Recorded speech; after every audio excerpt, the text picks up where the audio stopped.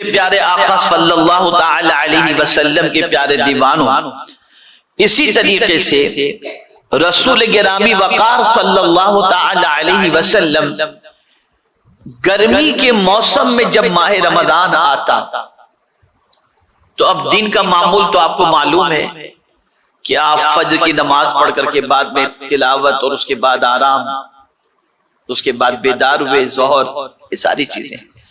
لیکن یہاں پر گرمی کے موسم میں سرکار صلی اللہ علیہ وسلم کس طرح سے دن گزارا کرتے تھے؟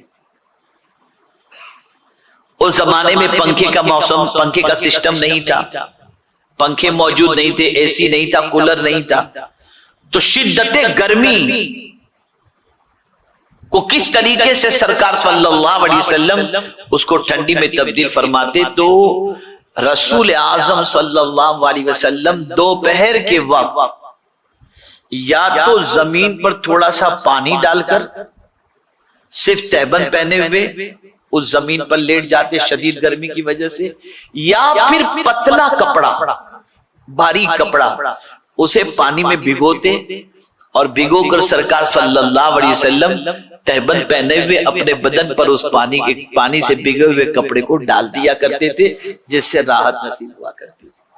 میرے پیارے آقا صلی اللہ تعالی علیہ وسلم کے پیارے دیوانوں، اسی کے ساتھ ساتھ رسول گرامی وقار صلی اللہ تعالی علیہ وسلم کے پیارے دیوانوں، رسول اعظم صلی اللہ علیہ وسلم ماہ رمضان المبارک کے اندر یہ بھی کیا کرتے تھے کہ سرکار صلی اللہ علیہ وسلم بھلائی کے کاموں میں سب سے زیادہ سخاوت کرنے والے تھے، اور آپ کی سب سے زیادہ سخاوت رمضان کے مہینے میں ہوتی تھی، سب سے زیادہ، بہت سخاوت کرتے تھے۔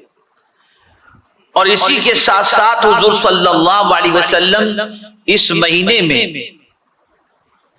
جب جبرائیل امین علیہ الصلوۃ والتسلیم سے ملتے تو آپ کی سخاوت اتنی زیادہ اور اس طرح عام ہوتی جیسے تیز ہوا ہوتی ہے، بلکہ اس سے بھی زیادہ، چونکہ ماہ رمضان میں حضرت جبرائیل امین علیہ الصلوۃ والتسلیم کی بارگاہ میں حاضر ہوتے، حضور ان سے قرآن سنتے اور حضور سے جبرائیل امین قرآن سنتے۔ سبحان اللہ۔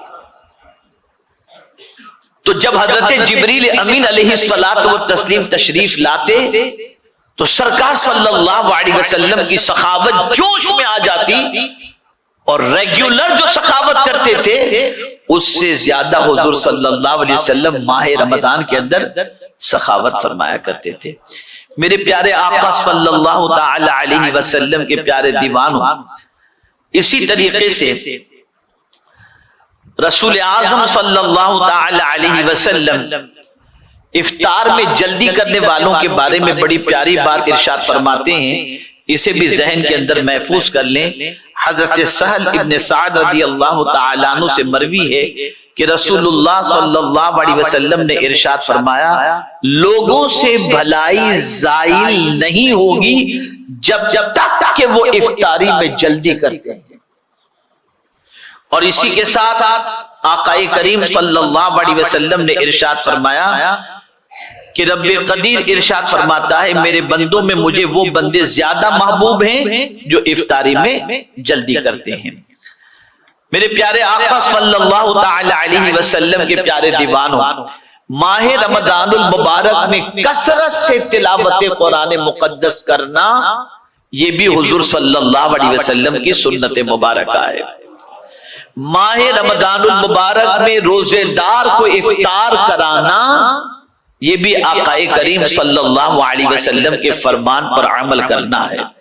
رسول اعظم صلی اللہ تعالی علیہ وسلم نے افطار کے حوالے سے بھی فرمایا کہ افطار کن چیزوں سے کرو، تو سرکار صلی اللہ علیہ وسلم افطار کھجور سے کرتے، اور کھجور کے میسر نہ ہونے پر، کھجور بھی کون سی کھجور، یہ بھی حدیث شریف میں، رطب سے افطار کرتے، رطب سے، یعنی وہ جو نرم اور گیلی جو ہوتی ہے نا، اسے رطب کہتے ہیں، اس کھجور سے سرکار صلی اللہ علیہ وسلم افطار فرماتے.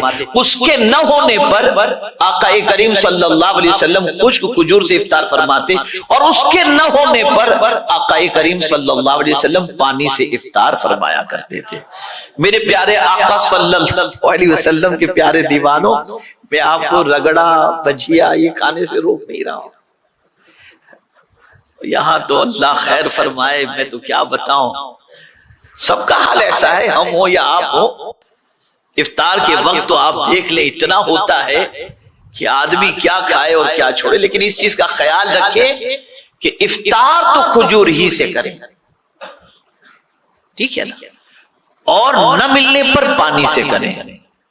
میرے پیارے آقا صلی اللہ علیہ وسلم کے پیارے دیوانوں, اور ہمیشہ یہ کوشش کریں کہ اللہ توفیق دے تو ایک کھجور ہی کے ذریعے کسی روزے دار کو افطار کرا دیا کرو, کوشش کرو جتنی بساط. اگر کوئی شخص روزے دار کو پیٹ بھر کر کے کھانا کھلائے تو آپ جانتے ہیں اس کے لیے جہنم سے آزادی کا پروانہ ہے, اور افطار کرانے پر غلام کی آزادی کا پروانہ ہے. تو ہم کھانے ہی کی فکر نہ رکھیں, کھلانے کی بھی فکر ہمیں ہونی چاہیے. اور میرے پیارے آقا صلی اللہ علیہ وسلم کے پیارے دیوانوں, اس چیز کو بھی ذہن کے اندر رکھیں. جو بات اب میں عرض کرنے جا رہا ہوں, چونکہ صرف حاضرین نہیں سن رہے اس وقت, غائبین بھی بڑی تعداد کے اندر دنیا کے مختلف علاقوں میں سن رہے ہیں. میں اپنی قوم کی اس بے راہ روی سے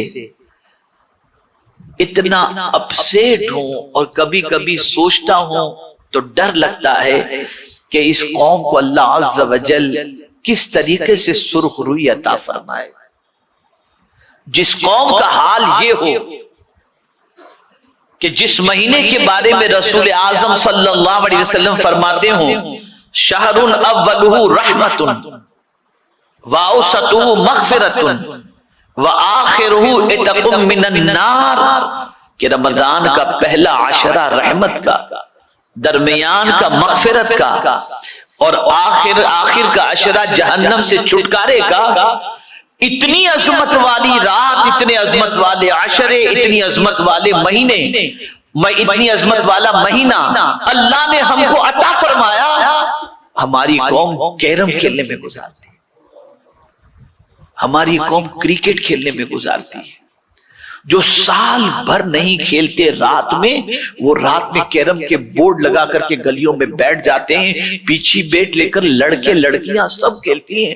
میں پوچھنا چاہتا ہوں, اتنی بے غیرتی, یعنی اتنی جسارت تمہاری کہ اللہ رحمت نازل کرنا چاہتا ہے اور تم خود کو زحمت کی طرف لے جا رہے ہو. جو عبادت کا مہینہ ہے اسے تم کھیل کود میں گزار رہے ہو. کچھ بھی ڈر نہیں لگتا اللہ کا, کچھ بھی خوف دل میں پیدا نہیں ہوتا کہ مولا کتنا ناراض ہوگا. اتنی بے باکی. اور بعض نادان سرمایہ دار جاہل گوار لوگ تو اس حد تک آگے نکل جاتے ہیں کہ رمضان میں کرکٹ کا ٹورنامنٹ رکھتے ہیں.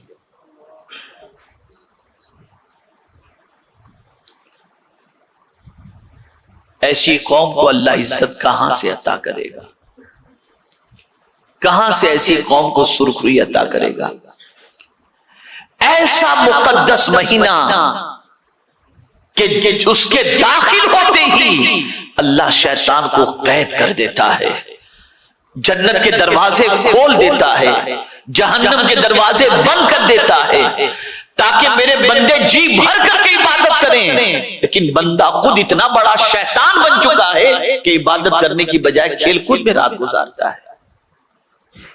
خدا کے لیے اس سے بچو بھی, اور کہیں ایسی شرارت کوئی کرتا ہو تو ہاتھ جوڑ کے روکو اور یہ کہو ایسا مت کرو ورنہ قدرت کا عذاب نازل ہوگا. اور جہاں تک ہو سکے میرے پیارے آقا صلی اللہ علیہ وسلم کے پیارے دیوانوں, ماہ رمضان کی راتوں میں خوب عبادت کریں.